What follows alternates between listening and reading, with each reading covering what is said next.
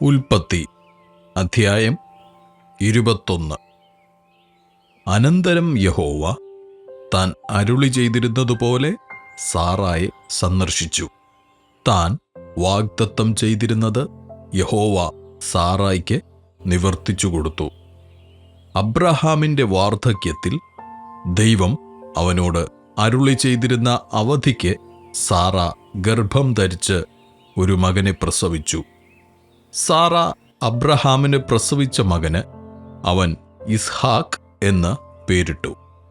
ദൈവം അബ്രഹാമിനോട് കൽപ്പിച്ചിരുന്നതുപോലെ അവൻ തൻ്റെ മകനായ ഇസ്ഹാക്കിന് 8-ാം ദിവസം പരിച്ഛേദന കഴിച്ചു. തൻ്റെ മകനായ ഇസ്ഹാക്ക് ജനിച്ചപ്പോൾ അബ്രഹാമിന് 100 വയസ്സായിരുന്നു. ദൈവം എനിക്ക് ചിരിയുണ്ടാക്കി, കേൾക്കുന്നവരെല്ലാം എന്നെ ചൊല്ലി ചിരിക്കും എന്ന് സാറ പറഞ്ഞു. സാറ മക്കൾക്ക് മുല കൊടുക്കുമെന്ന് അബ്രഹാമിനോട് ആർ പറയുമായിരുന്നു? അവൻ്റെ വാർദ്ധക്യത്തിലല്ലോ ഞാനൊരു മകനെ പ്രസവിച്ചത് എന്നും അവൾ പറഞ്ഞു. പൈതൽ വളർന്നു, മുലകുടി മാറി. ഇസ്ഹാക്കിൻ്റെ മുലകുടി മാറിയ നാളിൽ അബ്രഹാം ഒരു വലിയ വിരുന്ന് കഴിച്ചു. മിസ്രൈമ്യ ദാസി ഹാഗാർ അബ്രഹാമിന് പ്രസവിച്ച മകൻ പരിഹാസി എന്ന് സാറ കണ്ട് അബ്രഹാമിനോട്, ഈ ദാസിയെയും മകനെയും പുറത്താക്കിക്കളക. ഈ ദാസിയുടെ മകൻ എൻ്റെ മകൻ ഇസ്ഹാക്കിനോടുകൂടെ അവകാശിയാകരുത് എന്നു പറഞ്ഞു. തൻ്റെ മകൻ നിമിത്തം ഈ കാര്യം അബ്രഹാമിന് അനിഷ്ടമായി. എന്നാൽ ദൈവം അബ്രഹാമിനോട്, ബാലന്റെ നിമിത്തവും ദാസിയുടെ നിമിത്തവും നിനക്ക് അനിഷ്ടം തോന്നരുത്. സാറ നിന്നോട് പറഞ്ഞതിലൊക്കെയും അവളുടെ വാക്ക് കേൾക്ക. ഇസ്ഹാക്കിൽ നിന്നുള്ളവരല്ലോ നിന്റെ സാക്ഷാൽ സന്തതിയെന്ന് വിളിക്കപ്പെടുന്നത്. ദാസിയുടെ മകനെയും ഞാനൊരു ജാതിയാക്കും, അവൻ നിന്റെ സന്തതിയല്ലോ എന്ന് അരുളി ചെയ്തു.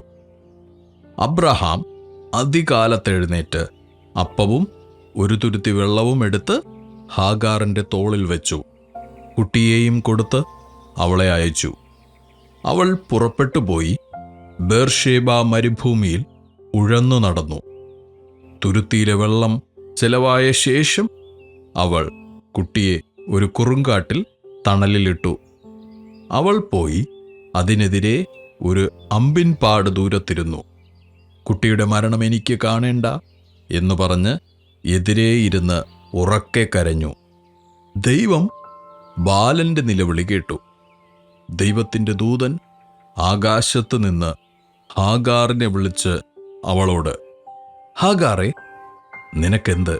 നീ ഭയപ്പെടേണ്ട. ബാലൻ ഇരിക്കുന്നിടത്ത് നിന്ന് അവൻ്റെ നിലവിളി ദൈവം കേട്ടിരിക്കുന്നു. നീ ചെന്ന് ബാലനെ താങ്ങി എഴുന്നേൽപ്പിച്ചു കൊള്ളുക. ഞാൻ അവനെ ഒരു വലിയ ജാതിയാക്കുമെന്ന് അരുളി ചെയ്തു.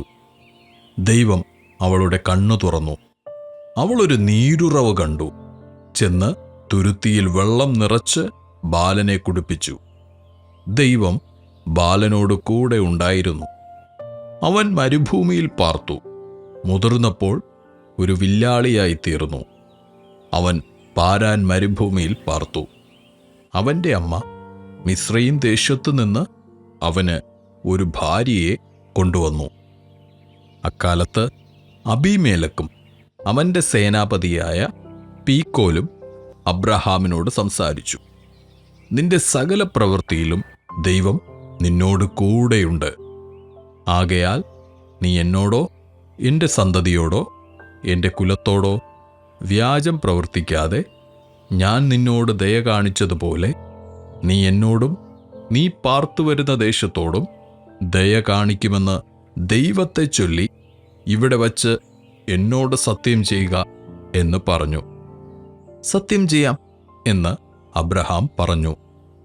എന്നാൽ അബീമേലെക്കിൻ്റെ ദാസന്മാർ അപഹരിച്ച കിണർ നിമിത്തം അബ്രഹാം അബീമേലെക്കിനോട് ഭർഷിച്ചു പറഞ്ഞു. അതിന് അബീമേലെക്ക്, ഇക്കാര്യം ചെയ്തത് ആരെന്ന് ഞാൻ അറിയുന്നില്ല. നീ എന്നെ അറിയിച്ചിട്ടില്ല.